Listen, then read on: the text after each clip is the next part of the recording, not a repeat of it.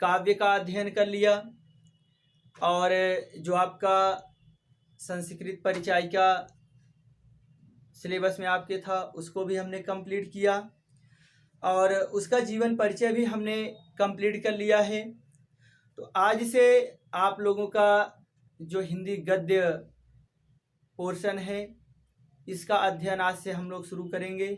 यहाँ से भी आपका व्याख्या सहित क्या होता है 6 नंबर का प्रश्न यहाँ से भी आपका आता है और क्या होता है जीवन परिचय भी यहाँ से आपका पूछा जाता है।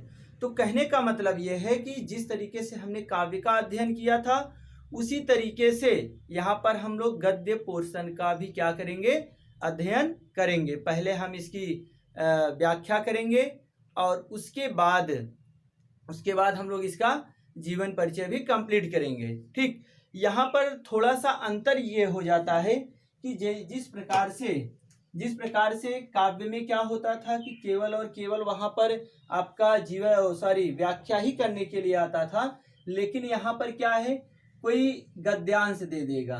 ठीक, क्या होगा, कोई गद्यांश दे देगा, आपके चैप्टर से ही रहेगा। ठीक, तो वहाँ पर कुछ गद्यांश लिखा रहेगा 4-6 लाइन, फिर उसके बाद क्या होगा, वहाँ पर का, ख, ग, घ मतलब 3-4 क्वेश्चन आपसे वहां पूछे जाएंगे।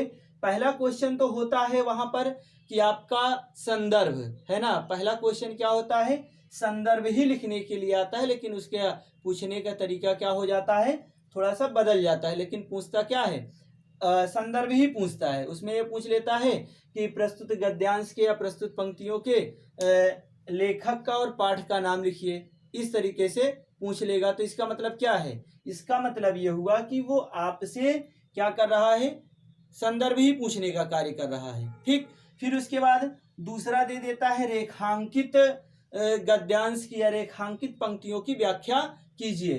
तो वहां पर क्या होता है कि जैसे 4 पंक्ति दी गई है तो यहाँ पर कुछ लिखा गया है, यहाँ पर कुछ लिखा गया है, तो अब उससे क्या करेगा, यहाँ पर जैसे यहाँ से यहाँ तक अंडरलाइन कर दिया है ना, उसी को बोल दिया गया रेखांकित गद्यांश या रेखांकित पंक्तियां। अब क्या होगा, तो वहां पूछता है रेखांकित पंक्तियों की व्याख्या कीजिए। तो आप लोग कभी भी ये गलती नहीं करिएगा कि केवल और केवल हम रेखांकित पंक्तियों की ही व्याख्या करने जाएं। ठीक, वहां पर आपको करना क्या है कि पूरे के पूरे गद्यांश की आपको व्याख्या करनी होगी, है ना। तभी आपकी ये जो 2 लाइन की जो रेखांकित पंक्तियां हैं तभी इसकी व्याख्या कंप्लीट हो पाएगी। अगर आप 2 ही पंक्तियों की व्याख्या करेंगे तो फिर क्या होगा, फिर आपकी व्याख्या अधूरी रह जाएगी और नंबर भी फिर आपको आधा ही मिलेगा। ठीक, फिर उसी से रिलेटेड आपसे एक क्वेश्चन पूछ लेगा, 1 क्वेश्चन या 2 क्वेश्चन ऐसे ही पूछ सकता है ना। हो सकता है 1 पूछ ले या 2 पूछ ले, इसी गद्यांश से ही रिलेट करके क्वेश्चन पूछ लेगा और हमें इसी गद्यांश से क्या होता है, आंसर देना होता है। ठीक, तो किस तरीके से क्वेश्चन पूछा जाएगा ये आपको समझ में आया। ठीक, अब हम लोग देखते हैं, जैसे यहाँ पर आपको दिखाते हैं ये। ठीक, ये जैसे आपकी बुक में दिया गया है ना, ये आपकी बुक में दिया गया है, देख रहे हैं आप, ये एक गद्यांश दिया गया है। ठीक, इसमें क्या किया गया है, रेखांकित पद है ना, रेखांकित पंक्तियां भी आपको दिख रही होंगी। अब उसके बाद यहाँ देखिए लिखा है उपयुक्त गद्यांश का संदर्भ लिखिए, मतलब यहाँ पर सीधे ही सीधे दे दिया है कि संदर्भ आपको लिखना है। ठीक, फिर उसके बाद क्या है, फिर यहाँ पर दिया है रेखांकित अंश की व्याख्या कीजिए, है ना। तो यही चीज अभी मैं आपको बता रहा था कि रेखांकित जब कह दिया तो इसका मतलब ये पूरा का पूरा जो आपको गद्यांश दिया गया है इसकी व्याख्या आपको करनी है। फिर उसके बाद क्या है, क्वेश्चन दे दिया कि हमें किन लोगों का साथ नहीं करना चाहिए, है ना। तो अभी क्या करना है कि हमें इसी गद्यांश को पढ़कर इसका आंसर हमें देना होगा, इसी गद्यांश को पढ़कर हमें आंसर देना होगा। ठीक, और वो उसका मूल भाव तब समझ में आता है जब हम पूरा का पूरा उसका चैप्टर पढ़े रहते हैं। ठीक, तो आज से आपका क्या है, क्लास 10th है ना, क्लास 10th हिंदी गद्य शुरू हो रहा है और फर्स्ट चैप्टर है फर्स्ट चैप्टर क्या है? मित्रता, है ना। फर्स्ट चैप्टर है मित्रता और लेखक हैं आपके आचार्य रामचंद्र शुक्ल। ठीक, लेखक कौन है? आचार्य रामचंद्र शुक्ल। तो आज हम लोग इसका क्या करेंगे? अध्ययन शुरू करते हैं। ठीक, तो देखते हैं क्या है कि लिखा है, रामचंद्र शुक्ल जी लिख रहे हैं कि जब कोई युवा पुरुष अपने घर से बाहर निकलकर बाहरी संसार में अपनी स्थिति जमाता है, तब पहली कठिनता उसे मित्र चुनने में पड़ती है। यदि उसकी स्थिति बिल्कुल एकांत और निराली नहीं रहती तो उसकी जान पहचान के लोग धड़ाधड़ बढ़ते जाते हैं और थोड़े ही दिनों में कुछ लोगों से उसका हेल मेल हो जाता है।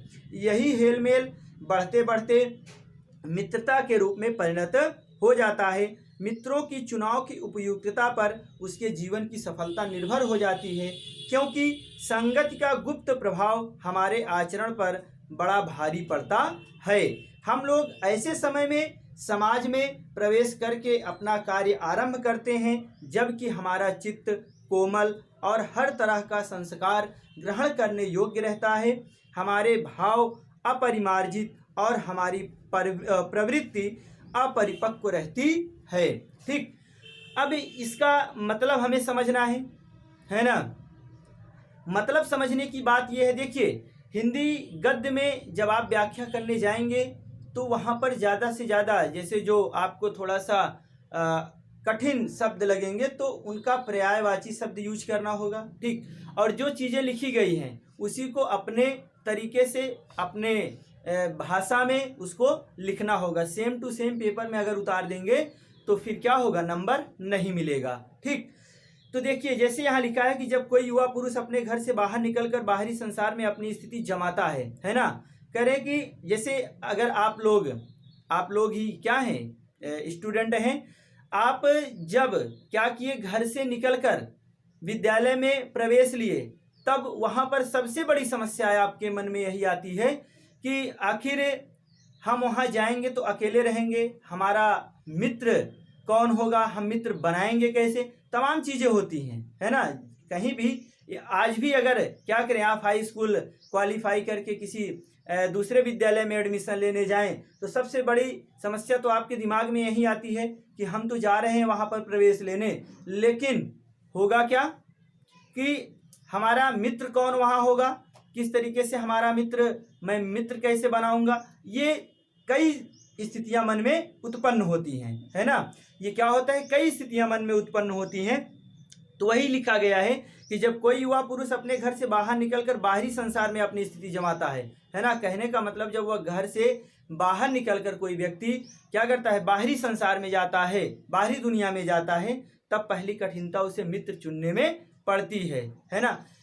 अब देखिए लिखा है कि यदि उसकी स्थिति बिल्कुल एकांत और निराली नहीं रहती, है ना, कि कहने का मतलब क्या है कि जैसे कोई बहुत सारे लोग होते हैं कि बड़े चंचल प्रवृत्ति के होते हैं, है ना, अकेले रहना पसंद नहीं करते, तो क्या होता है? ऐसे लोगों के मित्र बहुत तेजी से बनना शुरू हो जाते हैं। लेकिन यदि वह व्यक्ति, वह छात्र क्या है कि एकदम बिल्कुल एकांत प्रवृत्ति का है, किसी से कोई लेना देना नहीं है, तो ऐसे लोगों को तो मित्र बनाने में और ही कठिनाई का सामना करना पड़ता है। तो इसीलिए कहा गया कि यदि उसकी स्थिति बिल्कुल एकांत और निराली नहीं रहती तो उसकी जान पहचान के लोग धड़ाधड़ बढ़ते जाते हैं, है ना। फिर और थोड़े ही दिनों में कुछ लोगों से उसका हेल मेल हो जाता है ना। मतलब कुछ लोगों से हेल मेल कहने का क्या मतलब है?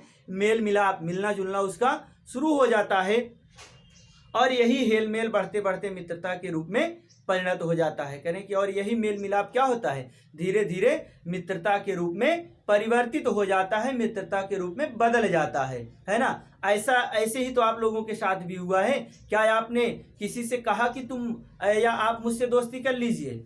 किसी ने किसी से नहीं कहा, लेकिन क्या हुआ? धीरे धीरे आपका एक दूसरे से मिलना जुलना हुआ, है ना, और आपस में बातचीत होती गई, डेली मिलना जुलना होता रहा और आप लोग क्या हुए? एक मित्र के रूप में आप लोग बन गए, है ना। तो इसी तरीके से क्या है? मित्रता क्या होती है? उत्पन्न होती है। ठीक, फिर क्या है? मित्रों के चुनाव की उपयुक्तता पर उसके जीवन की सफलता निर्भर हो जाती है। अब यहाँ पर लेखक जो आपके आचार्य रामचंद्र शुक्ल जी हैं, वो कोई छोटी बात यहाँ नहीं कर रहे हैं। वो कह रहे हैं कि मित्रों के चुनाव की उपयुक्तता पर उसके जीवन की सफलता निर्भर हो जाती है ना। कहने का क्या मतलब है? कहने का मतलब ये है कि अब आपका जीवन कितना सफल होगा, ये आपने किस तरीके का मित्र का चुनाव किया है या आपने किस तरीके का मित्र बनाया है, अब यह इस पर डिपेंड करता है या इस पर निर्भर हो जाता है ना। अभी तक आपने जिस तरीके के मित्र बनाए, चलिए आपकी सफलता, आपका जीवन उस पर निर्भर था। लेकिन अब आप जिस तरीके के मित्र बना रहे हैं या जिस प्रकार के मित्र बना रहे हैं, अब वह उस पर डिपेंड करता है, उस पर निर्भर हो जाता है कि आपका जीवन कितना सफल होगा। कारण क्या है? कारण ये है कि संगत का गुप्त प्रभाव हमारे आचरण पर बड़ा भारी पड़ता है। ये जो लाइन है, ये जो पंक्ति है, ये आपका कई बार कंपटीशन एग्जाम में पूछ चुका है। केवल इतना ही पूछा है कि संगत का गुप्त प्रभाव हमारे आचरण पर बड़ा भारी पड़ता है, और पूछा क्या है, इस पंक्ति के लेखक कौन है ना। केवल और केवल पूछा है कि इस लाइन के लेखक कौन है, ऐसे बीच से लाइन उठाकर पूछा है। तो इसका आप जानते हैं कि संगत का गुप्त प्रभाव हमारे आचरण पर बड़ा भारी पड़ता है ना। करें कि जो हमारी संगत जैसी होगी उसका प्रभाव हमारे आचरण पर, हमारे स्वभाव पर, हमारी प्रकृति पर क्या है, पड़ना पढ़ना क्या है, आचरण पर पड़ना स्वाभाविक सी बात है कि हमारे आचरण पर, हमारे स्वभाव पर उसका प्रभाव पड़ना ही पड़ना है। भले ही हमको शुरुआत में या कुछ समय तक ना पता चले, लेकिन यदि आप क्या करें, यदि आप उस पर बाद में विचार करें कि हमारा स्वभाव, हमारी प्रकृति कैसी थी पहले, और जब हमने इस तरीके के मित्र बनाए हैं तो किस प्रकार का हमारा स्वभाव, हमारी प्रकृति हो गई है ना। तो कहने का मतलब यही है कि संगति का असर जो होता है इस तरीके से हमारे जीवन पर पड़ता है कि हमें पता भी नहीं चलता। इसीलिए कहा है कि गुप्त तरीके से, है ना, उसका पता ही नहीं चलता। बाद में यदि हमें अच्छा मित्र मिला है तो निश्चित तौर पर हमारा स्वभाव, हमारी प्रकृति क्या होगा, अच्छा होगा। यदि बुरे मित्र मिले हैं तो निश्चित तौर पर उसका प्रभाव भी हमारे जीवन पर पड़ेगा। और आप बाद में विचार करेंगे, और आप बाद में क्या करेंगे, विचार करेंगे तो पता लगेगा कि यार पहले तो हम ऐसे थे ही नहीं, है ना। ये बदलाव हमारे अंदर कैसे आया? ये केवल और केवल बदलाव आपके अंदर आया संगति के कारण। और संगति कैसी? जिस तरीके का आपने मित्र बनाया वैसी आपकी संगति हुई, और संगति के ही कारण आपका स्वभाव, आपकी प्रकृति इस तरीके की हो पाई, है ना।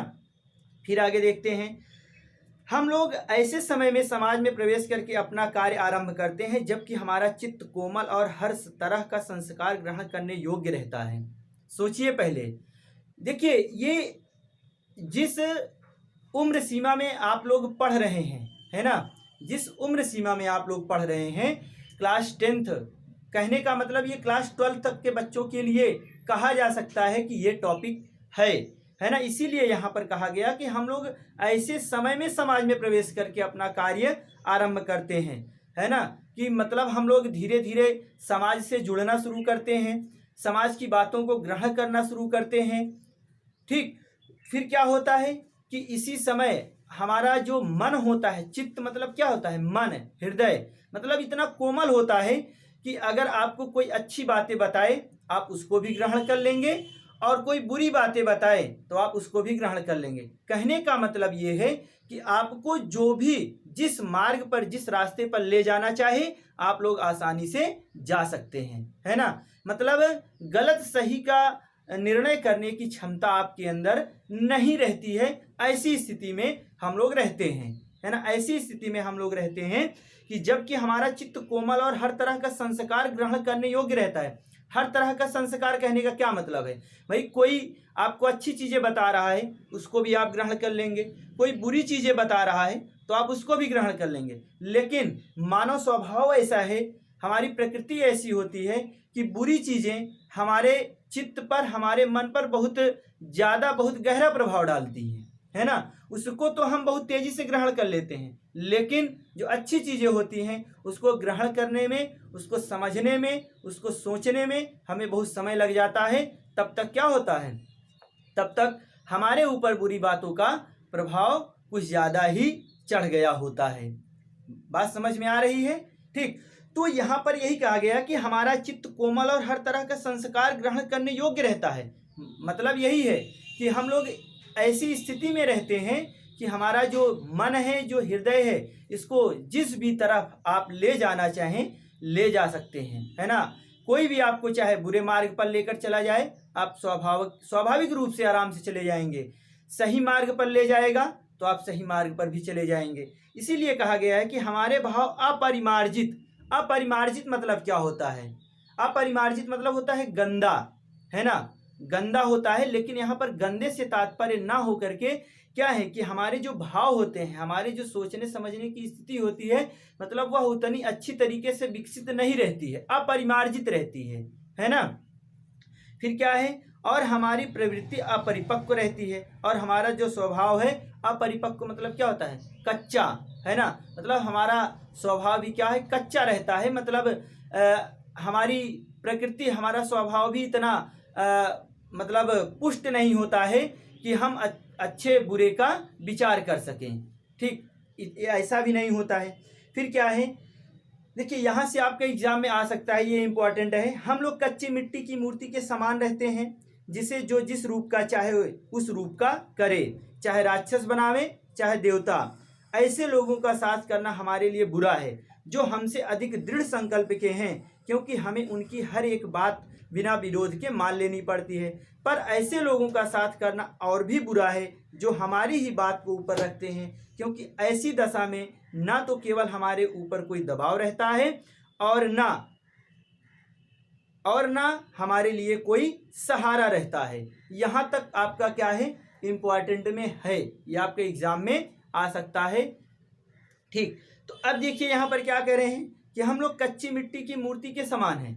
यहाँ पर लेखक आपके रामचंद्र शुक्ल जी कह रहे हैं कि जिस स्थिति में, मतलब जिस अवस्था में हम लोग हैं, उसमें क्या है, हम लोग जिस तरीके से कुम्हार के मिट्टी का, कच्ची मिट्टी का घड़ा होता है, वो कुम्हार जब उसको चाक पर चढ़ाता है तो वो चाहे तो उसको चाहे जिस रूप का बना दे, है ना, चाहे उसको घड़ा बना दे, चाहे सुराही बना दे, उसको जो आकार देना चाहे आकार दे सकता है। तो उसी तरीके से हम लोग भी क्या हैं, उसी तरीके से हमारा चित्त, हमारा मन भी है कि कोई भी व्यक्ति चाहे, अब यहाँ पर जो लिखा है कि चाहे जिस रूप का करे, मतलब चाहे राक्षस बनावे चाहे देवता, मतलब चाहे हमें अच्छा व्यक्ति बना दे चाहे हमें बुरा व्यक्ति बना दे, हमें चाहे अच्छा व्यक्ति बना दे चाहे बुरा व्यक्ति बना दे, वो क्या है, वो आपके मित्र के ऊपर डिपेंड करता है कि आपने किस तरीके के मित्र का चुनाव किया है। ठीक, ऐसे लोगों का साथ करना हमारे लिए बुरा है ना।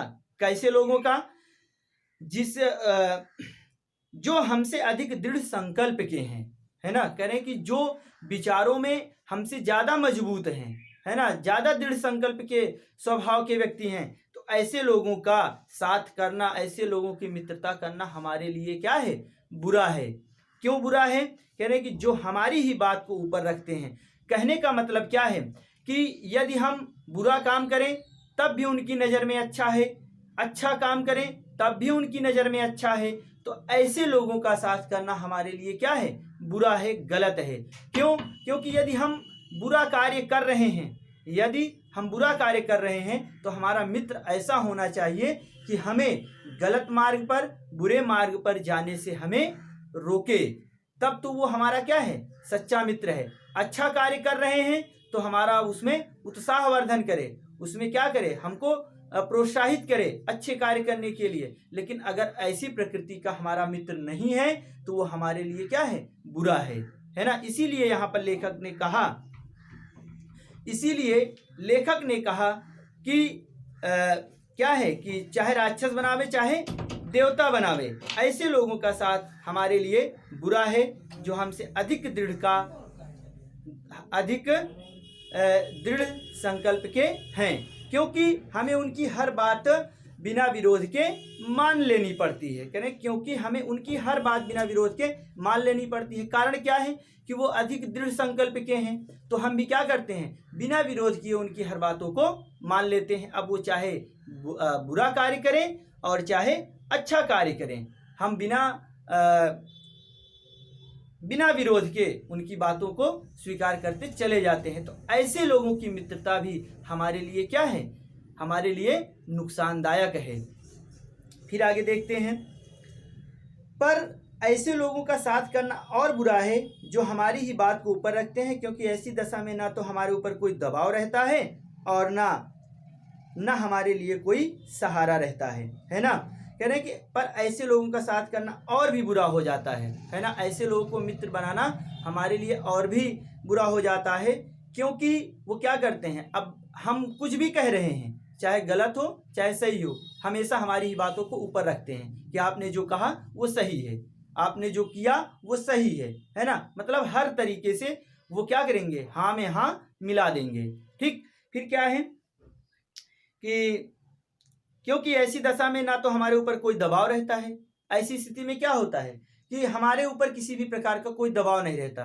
अब यहाँ पर किसी प्रकार का दबाव रहने का मतलब क्या है, इसका मतलब ये है कि हम तो यही सोचेंगे ना कि मैं जो करता हूँ बिल्कुल सही है ना। जो 4 लोगों से मैं पूछता हूँ बोलते हैं बिल्कुल सही है, आप जो कर रहे हैं बिल्कुल सही है। तो इसमें क्या होता है कि यदि हम गलत काम भी करने के लिए जाएंगे तब भी वहां पर हमारे ऊपर किसी प्रकार का कोई दबाव नहीं रहेगा।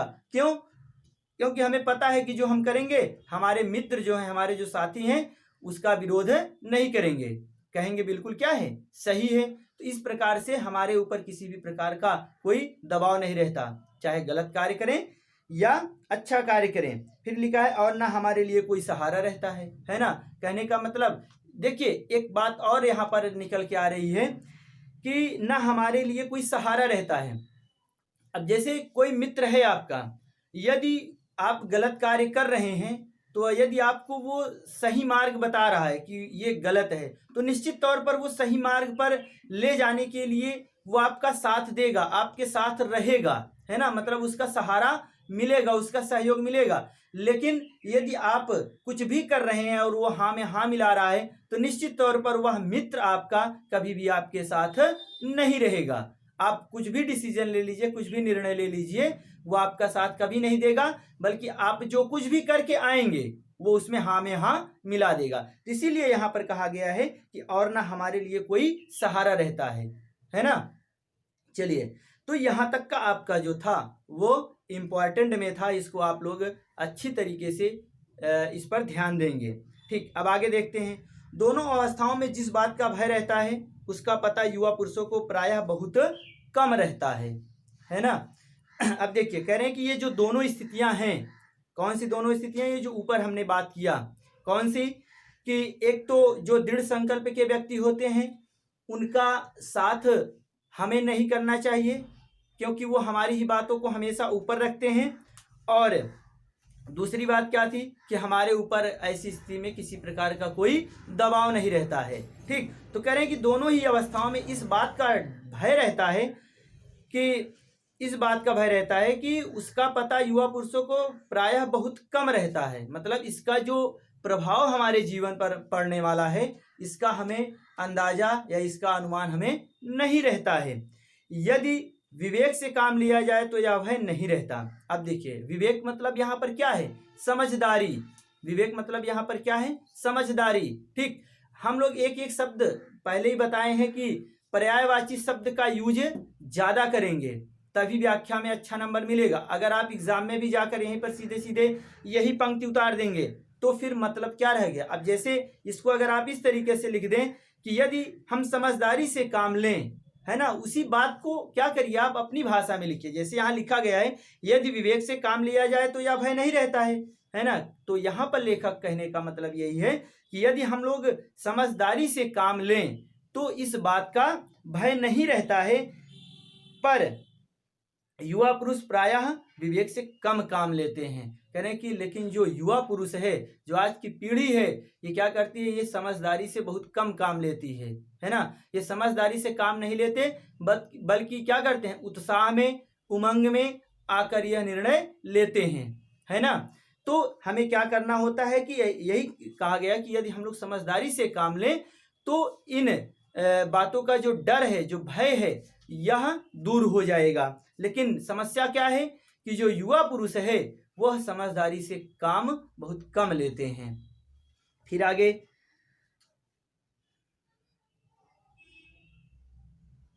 कैसे आश्चर्य की बात है कि लोग एक घोड़ा लेते हैं तो उसके गुण दोष कितना परख कर लेते हैं, पर किसी को मित्र बनाने में उसके पूर्व आचरण और प्रकृति आदि का कुछ भी विचार और अनुसंधान नहीं करते हैं।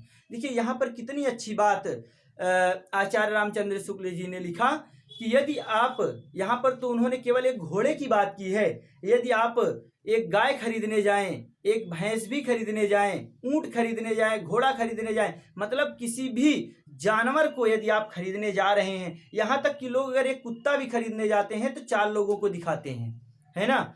लेकिन हम लोगों की प्रकृति क्या है, हम लोगों का स्वभाव क्या है कि यदि हम मित्र बनाने लगते हैं, हम लोग मित्र बनाने लगते हैं तो वह व्यक्ति किस आचरण का है, किस स्वभाव का है, उसकी प्रकृति कैसी है ना, किसी भी बात का हम लोग ध्यान नहीं देते हैं। बस क्या हुआ कि थोड़ी सी मेल मिलाप हुआ, हमारा मित्र बन गया, है ना। लेकिन उसके अंदर कमियां क्या हैं, अच्छाइयां क्या हैं, इसका हमें कोई अंदाजा नहीं रहता है ना। जिस प्रकार से यहाँ पर लेखक ने कहा कि अगर एक घोड़ा खरीदने जाते हैं तो उसकी चाल, पूंछ, है ना, उसकी शारीरिक संरचना, रंग, रूप, उसका सब कुछ देखते हैं, बिल्कुल जांच परख कर लेते हैं। लेकिन यदि हम एक मित्र बनाने लगते हैं तो उसके किसी भी गुण दोष को हम ध्यान नहीं देते हैं, बल्कि आंख बंद करके हम क्या करते हैं, मित्र बना लेते हैं। ठीक, फिर आगे, वे उसमें सब बातें अच्छी ही अच्छी मानकर अपना पूरा विश्वास जमा देते हैं, है ना। जब आप मित्र बनाने लगते हैं तो क्या करते हैं, उसको हर तरीके से आप अच्छा मान लेते हैं, आपकी नज़र में वो क्या है, हर तरीके से अच्छा है। लेकिन आपके लिए नुकसानदायक कब हो जाता है कि जब आपने अपना विश्वास तो जमा दिया कि वह हर तरीके से अच्छा है, लेकिन उसके अंदर जो बुराइयां हैं वो अपनी बुराइयों का प्रभाव जब आपके ऊपर डालने लगता है तब वो आपके लिए नुकसानदायक होता है ना। या तो आप उस चंदन के पेड़ की तरह बन जाइए, है ना, कि चंदन विष व्यापत नहीं, लिपटे रहत भुजंग, है ना। मतलब आपके आसपास कितने भी भुजंग आ जाएं, मतलब कितने भी बुरे व्यक्ति आ जाएं, लेकिन आप अपना स्वभाव कभी मत छोड़िए, है ना, या उनका प्रभाव अपने ऊपर मत आने दीजिए। ठीक, तभी क्या है, आप ऐसे लोगों की मित्रता कर सकते हैं। लेकिन इस तरीके का बनना भी क्या है, संभव नहीं है। क्यों? क्योंकि सीधा सीधा पहले ही लिखा गया है कि संगत का गुप्त प्रभाव हमारे आचरण पर बहुत भारी पड़ता है ना। तो हर तरीके से हमें क्या है, मित्र बनाने में सतर्कता बरतनी होगी। फिर आगे लिखा है कि जैसे हंसमुख चेहरा, बातचीत का ढंग, थोड़ी चतुराई या साहस, ये ही 2-4 बातें किसी में देखकर लोग चटपट अपना बना लेते हैं। यही तो होता है ना, कि थोड़ा सा हंसमुख प्रकृति का व्यक्ति है ना, हमेशा प्रसन्न दिख रहा है। और फिर क्या है, बातचीत का ढंग, थोड़ा सा उसका बातचीत करने का जो तरीका है उससे भी लोग क्या होते हैं, बहुत ज़्यादा प्रभावित हो जाते हैं, कहते हैं ना बोलने चालने में बहुत अच्छा है ना। फिर क्या है, थोड़ी चतुराई, और उसके अंदर थोड़ी सी चतुराई है, थोड़ा सा उसके अंदर, मतलब तमाम तरीके का जो बाहरी दिखावापन है उसको देखकर धड़ाधड़ क्या होते हैं, मित्र बन जाते हैं। वही लिखा है कि 2-4 बातें किसी में देखकर लोग चटपट अपना बना लेते हैं। मतलब यही कुछ बातें होती हैं कि लोग बाहरी चीज़ें देखकर क्या करते हैं, उसे अपना मित्र बना लेते हैं, पर लोग यह नहीं सोचते कि मैत्री का उद्देश्य क्या है। आप बताइए, कितना बढ़िया प्रश्न ला के यहाँ पर रामचंद्र शुक्ल जी रख रहे हैं कि मित्रता का उद्देश्य क्या है, हम मित्र बना किस लिए रहे हैं, ये सबसे बड़ा प्रश्न है। केवल एक साथ के लिए या अपने जीवन को सफल बनाने के लिए, किस उद्देश्य से हम मित्र बना रहे हैं ये भी पता होना चाहिए। यदि आप का उद्देश्य पता हो जाए कि मित्र हम किस लिए बना रहे हैं, तब वहाँ पर इस तरीके की कोई कठिनाई ही न उत्पन्न होने पाए। इसीलिए कहा गया कि हम लोग यह नहीं सोचते हैं कि मैत्री का उद्देश्य क्या है तथा जीवन के व्यवहार में उसका कुछ मूल्य भी है। मतलब हमारे जीवन में उसका कुछ मूल्य है, उसके कुछ नैतिक प्रभाव भी हमारे जीवन पर पड़ने चाहिए या नहीं पड़ने चाहिए, इसका भी हमें ध्यान देना जरूरी है। मतलब मित्रता का उद्देश्य क्या है ये हमें पता होना चाहिए। यह बात हमें नहीं सूझती कि यह एक ऐसा साधन है जिसमें आत्म शिक्षा का कार्य बहुत सुगम हो जाता है। सोचिए पहले, आत्म शिक्षा मतलब खुद से शिक्षित होने का ये बहुत ही अच्छा तरीका होता है। ये कह रहे हैं कि यह बात हमें नहीं सूझती कि यह एक ऐसा साधन है, मतलब मित्र बनाना एक ऐसा मार्ग है, ऐसा रास्ता है, ऐसा साधन है कि जिसमें आत्म शिक्षा का कार्य बहुत सुगम हो जाता है। मतलब खुद से शिक्षित होने का, यहाँ खुद से शिक्षित होने का मतलब किताबी ज्ञान से नहीं है, है ना, जो आप बुक पढ़ रहे हैं। यहाँ पर आत्म शिक्षित होने का मतलब ये है कि आप अपने अंदर किस तरीके का आचरण का विकास कर रहे हैं, आपका स्वभाव किस तरीके से विकसित हो, है ना, इस आत्म शिक्षा की बात यहाँ की जा रही है। आपका आचरण कैसा होगा, आपका स्वभाव कैसा होगा, आपके अंदर नैतिकता कैसी होगी, ये डिपेंड करता है ना। तो फिर आगे क्या है, एक प्राचीन विद्वान का वचन है, मतलब एक कोई प्राचीन विद्वान था, उसने कहा था कि विश्वास पात्र मित्र से बड़ी भारी रक्षा रहती है ना। कहने कि यदि हमारे पास कोई विश्वास पात्र मित्र है तो उससे क्या होता है, हमारी बहुत बड़ी रक्षा होती है। बहुत बड़ी रक्षा मतलब वो हमेशा तलवार और बंदूक लेकर वो आपकी रक्षा करने की बात यहाँ नहीं की जा रही है। वो आपके नैतिक आचरण, आपके स्वभाव, है ना, उसकी बात यहाँ पर की जा रही है कि उसकी रक्षा वो करता है। यदि आप गलत मार्ग पर जा रहे हैं तो वो आपको सही मार्ग पर ले जाने का प्रयास करेगा, है ना, इसकी बात यहाँ पर की जा रही है। जिसे ऐसा मित्र मिल जाए उसे समझना चाहिए कि खजाना मिल गया, है ना। जिस भी व्यक्ति को अगर इस तरीके का मित्र मिल जाए उसे समझिए कि उसको संसार का सबसे बड़ा खजाना मिल गया है ना। जिस तरीके से आपको संस्कृत में हमने पढ़ाया था कि यदि आपका धन चला जाए, सब कुछ चला जाए, तब ये समझिए कि आपका कुछ नहीं गया, है ना। लेकिन यदि आपका चरित्र चला गया, है ना, यदि आपका चरित्र चला गया तो आपका सब कुछ क्या हो जाएगा, नष्ट हो जाएगा, आपका सब कुछ चला जाएगा, है ना। तो इसीलिए यहाँ पर कहा गया कि यदि हमें क्या है, विश्वास पात्र मित्र मिल जाए तो हमें यह समझना चाहिए कि हमें संसार का पूरा क्या हो गया है, खजाना मिल गया है। तो हमारा जो विश्वास पात्र मित्र होता है वो क्या करता है, उससे हमारी हर तरीके से रक्षा होती है। ठीक, फिर आगे देखते हैं, विश्वास पात्र मित्र जीवन की एक औषधि है ना। अभी मैं आपको 4 शब्द हैं, चारों शब्द को आज क्लियर कर देते हैं। यहीं पर ग्रामर पढ़ाते समय, मतलब हिंदी व्याकरण पढ़ाते समय और संधि पढ़ाते समय कई चीज़ें आ जाती हैं। जैसे एक वर्ड है, एक शब्द होता है औषध, है ना, क्या होता है, औषध। दूसरा होता है औषधि, ठीक।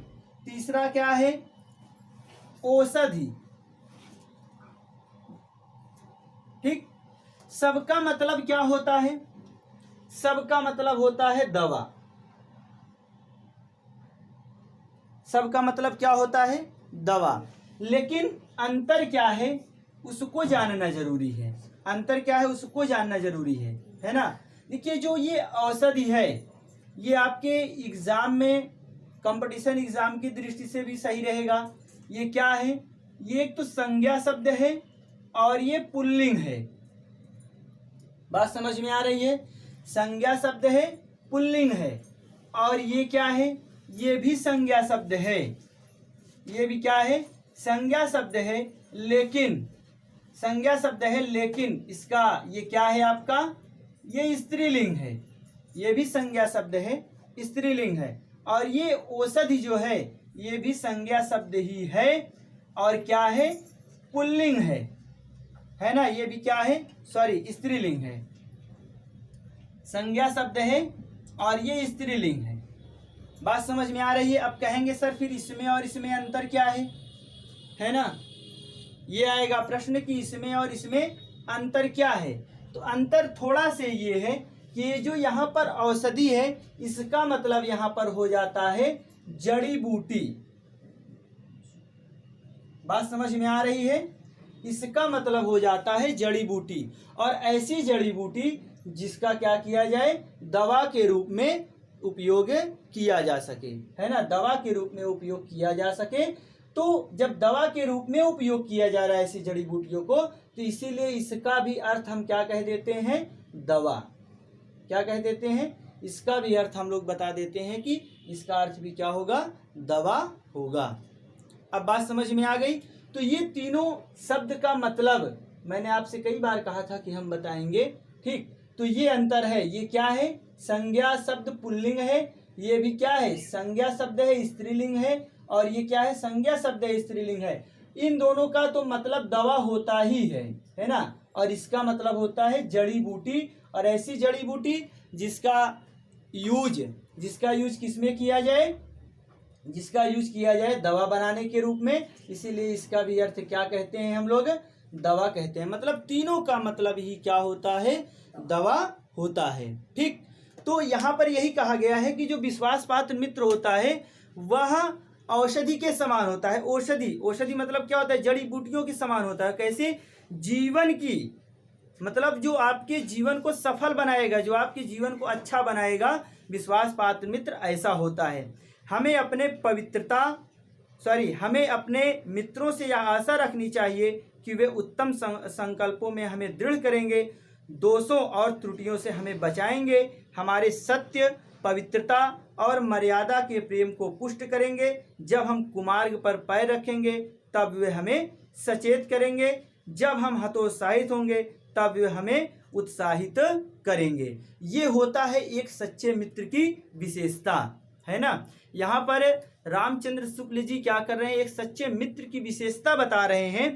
कि यही कह रहे हैं कि हमें जो हमारा विश्वास पात्र मित्र होगा, जो हमारा अच्छा मित्र होगा, वो क्या होना चाहिए, हमें उनसे ऐसी आशा रखनी चाहिए कि यदि हम कोई दृढ़ संकल्प कर रहे हैं, कोई अच्छे संकल्प, कोई अच्छे विचार अपने मन में ला रहे हैं, तो वो हमारे अच्छे विचारों में, हमारे दृढ़ संकल्प में हमको वो और मजबूती प्रदान करेंगे। मतलब दृढ़ करेंगे क्या मतलब है, दृढ़ करेंगे का मतलब ये है कि हमें और मजबूती उसमें प्रदान करेंगे, उसमें अपना सहयोग देंगे। दोषों त्रुटियों से हमें बचाएंगे, मतलब हमारे अंदर जो दोष हैं, जो हमारे अंदर बुराइयां हैं, जो हमारे अंदर कमियां हैं, उसको क्या करेंगे, दूर करने का प्रयास करेंगे। फिर हमारे सत्य, पवित्रता और मर्यादा के प्रेम को पुष्ट करेंगे। मतलब हमारे अंदर जो सच्चाई है, जो हमारे अंदर पवित्रता कहने का क्या मतलब है, मतलब चारित्रिक रूप से हम लोग क्या हैं, जो पुष्ट हैं, चारित्रिक रूप से जो हम लोग मजबूत हैं, उसको भी क्या करेंगे, मजबूत, पुष्ट करेंगे। यहाँ पर इसका क्या मतलब है, मतलब मजबूती प्रदान करेंगे। पुष्ट करेंगे का मतलब यह है कि मजबूती प्रदान करेंगे, ठीक? और जब हम कुमार्ग पर पैर रखेंगे, मतलब जब हम गलत मार्ग पर जाएंगे, जब बुरे मार्ग पर जाएंगे, तो उससे भी हमें सचेत करेंगे। जब हम हतोत्साहित होंगे, कहने का मतलब यह है कि जब हम किसी कार्य को करने के लिए आगे बढ़ेंगे, जब हम क्या करेंगे, हतोत्साहित हो जाएंगे। हतोत्साहित होने का मतलब क्या है कि जब हम उस कार्य को करने से विचलित हो जाएंगे या उस कार्य को करने से पीछे हट जाएंगे, तो उसमें भी हमारा मित्र क्या करे, हमारा मित्र हमें उत्साहित करे। तो ऐसा होता है सच्चा मित्र, है ना? ऐसे होते हैं विश्वास पात्र मित्र। तो हमें ऐसे लोगों से ही मित्रता करनी चाहिए। सारांश यह है कि हमें उत्तमता पूर्वक जीवन निर्वाह करने में हर तरह से सहायता देंगे, है ना?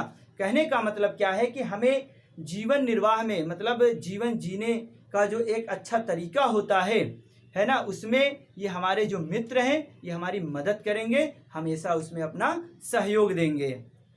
फिर आगे, सच्ची मित्रता में उत्तम से उत्तम वैद्य की सी निपुणता और परख होती है ना? जैसे एक जो अच्छा डॉक्टर होता है, आप उसके पास जाएं तो वो क्या करता है, आप थोड़ा सा बताएंगे तो आपकी बहुत सारी बीमारियों को पता कर लेता है। आप थोड़ा सा बताएंगे तो वो आपकी बहुत सारी बीमारियों को पता कर लेगा, है ना, आपकी बहुत सारी बीमारियों का पता लगा लेगा। ये कौन कर सकता है? जो एक अच्छा कुशल पारखी क्या होगा? वैद्य होगा, जो डॉक्टर होगा। तो ऐसी कुशलता, ऐसी परख हमारे मित्र में भी होनी चाहिए कि यदि हमारे अंदर थोड़ी सी त्रुटियां हों तो वो क्या करे? हमारी बहुत सारी त्रुटियों का पता लगा ले और उसको दूर करने का प्रयास करे। तो ये क्या होता है? ये एक सच्चा मित्र होता है। अच्छी से अच्छी माता का सा धैर्य और कोमलता होती है ना। जिस तरीके से माता के अंदर, माँ के अंदर धैर्य होता है। आप कोई भी गलत कार्य करते हैं तो माता क्या करती है? माँ क्या करती है? सबसे पहले आपको समझाएंगी, है ना। फिर उसके बाद तब भी नहीं सुधरे तो 2-4 डंडे भी लगेंगे, है ना। तो कहने का मतलब क्या है? मित्र को भी ऐसा होना चाहिए। पहले वो आपको समझाने का प्रयास करे, फिर आप नहीं समझते हैं तो तब उसके बाद क्या करे? वो आपको, यहाँ पर मित्र तो मारने का कार्य नहीं कर सकता ना, लेकिन हाँ वो थोड़ा सा आपको डांट जरूर सकता है ना। तब भी हो सकता है कि आपके अंदर सुधार आ जाए। ठीक, तो ऐसी भावना, मतलब एक जिस तरीके से एक माँ होती है उस तरीके से मित्र के भी अंदर वो गुण होने चाहिए। फिर क्या है? और कोमलता होती है। ऐसी ही मित्रता करने का प्रयत्न पुरुष को करना चाहिए। करें कि ऐसे ही मित्र हमें बनाने का प्रयास करना चाहिए और प्रत्येक व्यक्ति को ही ऐसे मित्र बनाने का प्रयास करना चाहिए। ठीक, तो आज के वीडियो में बस इतना ही। हाँ, लेकिन यहाँ से आपका इम्पोर्टेंट में था, विश्वास पात्र मित्र से बड़ी भारी रक्षा रहती है। बताने के लिए भूल गया, विश्वास पात्र मित्र से बड़ी भारी रक्षा रहती है। जिसे ऐसा मित्र मिल जाए उसे समझना चाहिए कि खजाना मिल गया, है ना। यहाँ से आपको पूरा यहाँ तक ऐसी ही मित्रता करने का प्रयत्न पुरुष को करना चाहिए। तो यहाँ तक हम लोगों को क्या करना है? व्याख्या कंप्लीट करना है। तो अभी तक हमने जितना पढ़ा उसमें आप लोगों को 2 व्याख्या मिली है, वहाँ पर आप उसको कंप्लीट करेंगे। हाँ, लेकिन यहाँ से आपको एक और मिल सकता है इम्पॉर्टेंट में, ये हंसमुख चेहरा से, है ना, हंसमुख चेहरा से।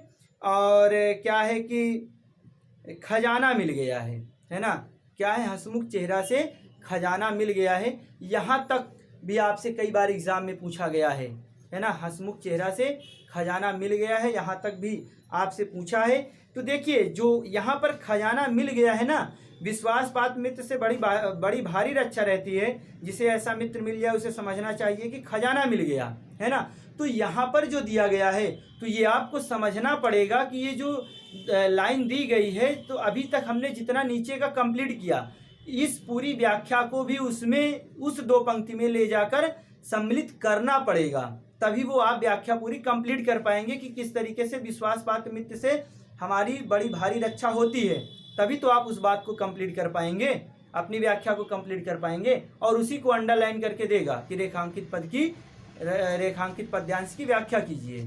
ठीक, तो आज के वीडियो में बस इतना ही। तो आप लोग इसको अच्छे से कंप्लीट करेंगे, फिर हम आपसे मिलते हैं अगले वीडियो में। ठीक।